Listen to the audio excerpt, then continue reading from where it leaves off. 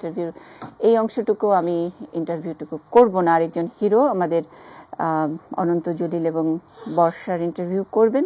কে সেই হিরো, নামের আগে যিনি নিজেই হিরো শব্দটি বসিয়েছেন। আমরা একবার একটু পরিচয় করিয়ে দিই, তার একটা ছোট্ট ক্লিপ দেখে আমরা সরাসরি সংযুক্ত হচ্ছি।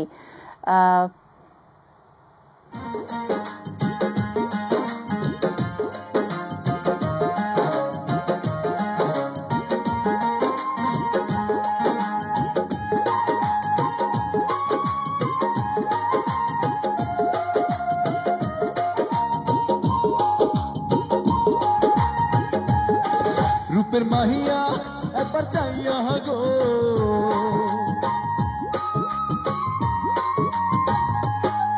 রূপের মাহিয়া একবার চাইয়া গো, ভাব লাগাইয়া পহরান কাড়িলা। রূপের মাহিয়া একবার চাইয়া গো, ভাব লাগাইয়া পহরান কাড়িলা।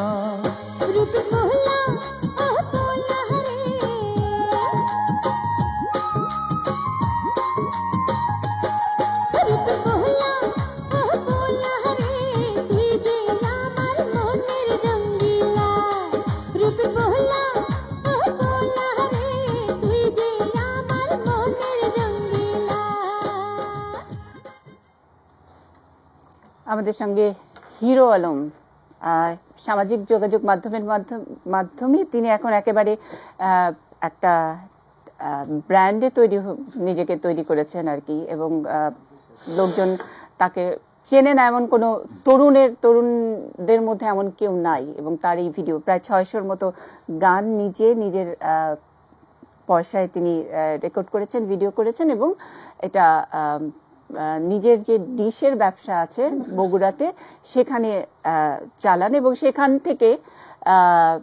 সেখান থেকেই সামাজিক যোগাযোগ মাধ্যমে এসছে, এবং একেবারে ইউনিভার্সিটি বা প্রাইভেট ইউনিভার্সিটির ছেলেমেয়েরা পাগলের মতো সেটা নিয়ে কখনো আনন্দ পায়, কখনো ঠাট্টা করে, নানা রকমের। আমাদের ইয়াং নাইটেও হিরো আলম এসেছিলেন, এটিএন নিউজেও আমরা তাকে নিয়ে খবর করেছি, খবর হওয়ার মতোই তিনি খবর করেছেন, অনেক কষ্ট করে তিনি উঠে এসেছেন। আমি হিরো আলমকে ছাড়ছি আজকের এই অনুষ্ঠানে। অনন্ত জলিল বলতে তিনি পাগল। আমরা একটু এরকম একজন ফ্যানকে দিয়ে আজকের ইন্টারভিউটি করাতে চাচ্ছি। হিরো আলম, আপনি শুনতে পাচ্ছেন?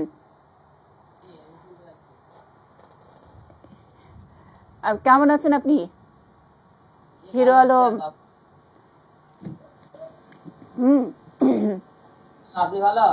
জি, এখন আমি যেটা বলছিলাম যে অনন্ত ভাই আর বর্ষা আপা আছেন, ওনাদেরকে আপনার যা জিজ্ঞেস করতে ইচ্ছা করে আপনি বলছিলেন যে আপনি মহা মহা মহা ফ্যান।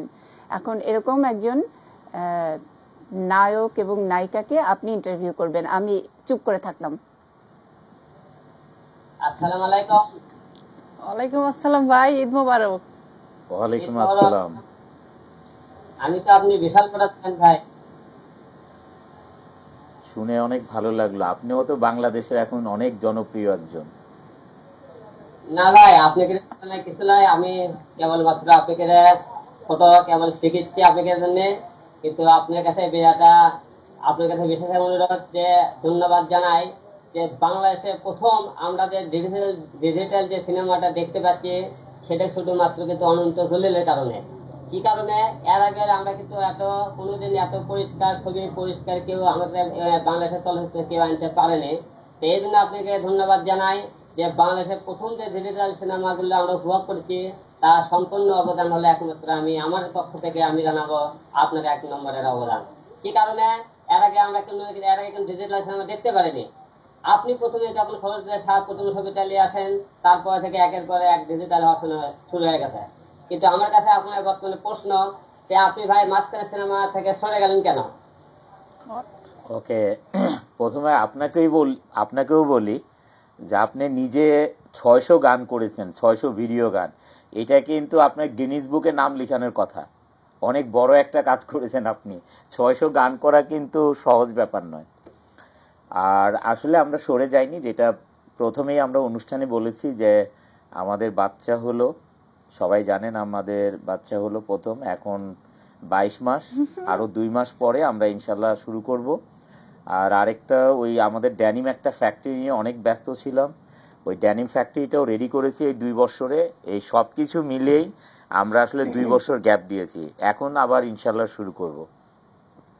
জি, যে আমরা এই কারণে আপনার জয়েন্ট লেভেলে যে আমরা দূরে আছি এই কারণে যে আমরা বাংলাদেশের যে সিনেমাগুলো দেখতেছি এখন বর্তমানে সব এক ঘায়ে, মানে একই রকম গল্প, একই রকম অ্যাকশন, একই রকম।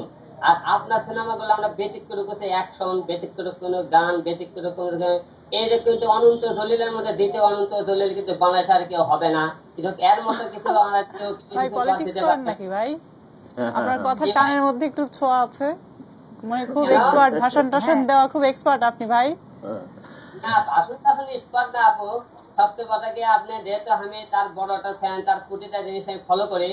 আর একটা জিনিস জানে আমার খুব ভালো লাগছে যে আমি তার সাথে কোনোদিন অভিনয় করতে পারবো কি পারবো না আমি তো জানি না। আপনি কি অনন্ত জলিলকে নকল করে করে গান করেছেন নাকি? কোনটা করেছেন? অনন্ত জলিলের কোন গানে আপনি শুটিং করেছেন? অনন্ত জলিলের একটা গান শুটিং করেছে, যে একটা ঢাকার পোলা একটা গান যে করছে, হ্যাঁ, ওটা হ্যাঁ। ভাঙ্গে একটা বগুড়ার পোলা হিরো আলম নাম, এই একটা গান আমি নকল ও, করছি আর কি। Oh, very okay. good. তার আগে বলেন গরু কিনছেন কয়টা? ওটা কিন্তু দুইটা। দুইটা। ওকে ভাই, ভাই মানুষের হিরো তো মানুষ ঠিক আছে, কিন্তু নামের আগে কেন? মানে এটা কি আপনি দিয়েছেন নাকি কি?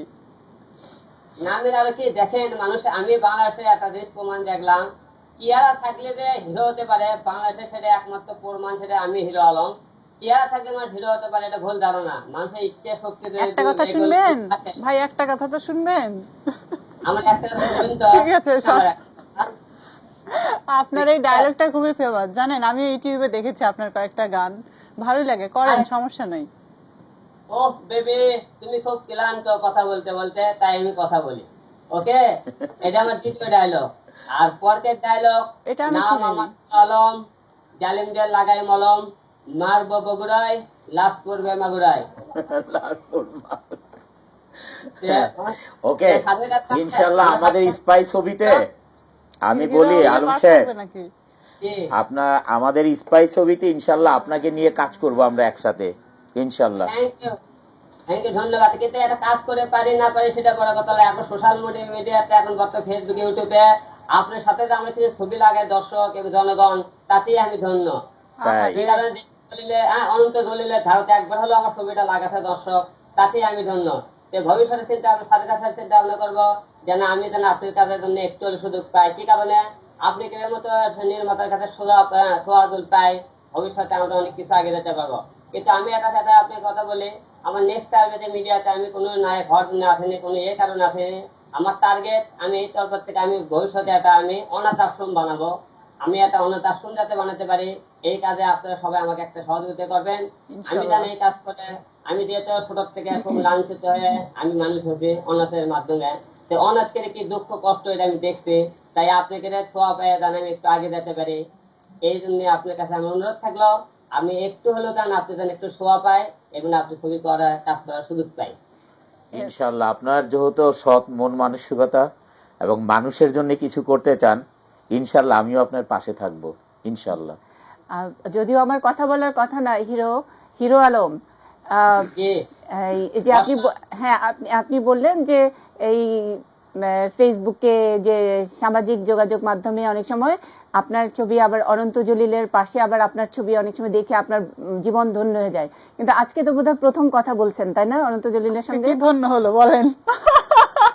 বিশাল বিশাল ধন্য, বিশাল ধন্য পর্যন্ত আটকে গেলে আমরা একটা বিরতিতে যাব। হিরো আলম আসলেই অসাধারণ, আমাদের এখানকার ইন্টারভিউতেও খুবই চমৎকার একটি কথা বলেছে। এরকম একেবারেই লেখাপড়া না জানা, গ্রাম বাংলা থেকেও নিজের চেষ্টায় উনি এই পর্যন্ত গেছেন।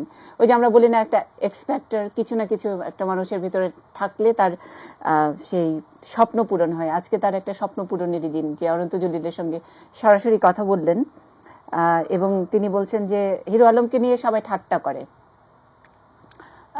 হিরো আলম সেটার জবাবে বলেছিল, যারা ঠাট্টা করে সেটা তাদের সমস্যা, উনি তো পরিশ্রম করে, উনি কাজটা করে, উনি ওনার মতো করে কাউকে ঠকিয়ে তিনি এই জায়গায় আসেন নাই।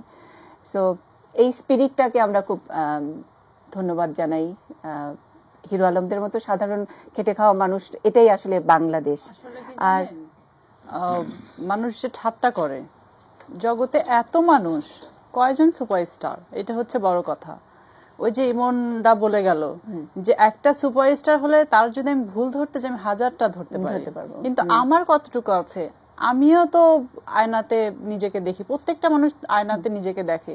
সে কিন্তু যখন আয়নাতে নিজেকে দেখে তখন কিন্তু ঠিকই পোস্ট পাস দিয়ে কেমন কেমন করে, সেটা ছেলে হোক মেয়ে হোক, দেখে, ঠিক আছে। বাট তার ভুল ভঙ্গি, তার কথা বলা, তার কোনো কিছুতে মানুষ কোনো ব্যঙ্গ করে না, কারণ তাকে কেউ চিনেই না, জানেই না। এখন হিরো আলম যে লোকটা, এর কিছু গান আমিও দেখেছি, কিছু ইন্টারভিউ, আমি যে এনএসইউ বিভিন্ন ইউনিভার্সিটিতে ওনাকে ফোনে ইন্টারভিউ করে। আসলে কি প্রত্যেকটা মানুষের একটা স্বাধীনতা থাকা উচিত। বেচারা তার নিজের টাকা দিয়ে সে মিউজিক ভিডিও করছে অন্য হিরোদের মুভির গানে, তাতে আমাদের সমস্যা কোথায়? করুক না, এটা ওনার স্বাধীনতা। আমাদের উনি খাচ্ছেন আমাদেরকে পরে, বরং উনি যে আমাদের একটু হাসাচ্ছে এটাই তো আমরা হ্যাপি, তাই না?